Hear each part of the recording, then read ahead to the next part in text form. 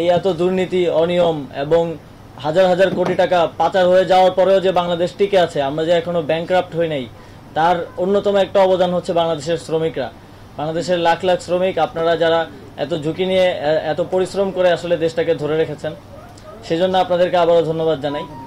এবং আপনাদের প্রতি যারা এই দেশকে টিকিয়ে রেখেছে প্রকৃত অর্থে, তাদের জন্যই এই নতুন বাংলাদেশ কাজ করবে। এই নতুন বাংলাদেশ যারা ধনী তাদেরকে আরো হাজার হাজার কোটি টাকার ধনী বানানোর জন্য কাজ করবে না।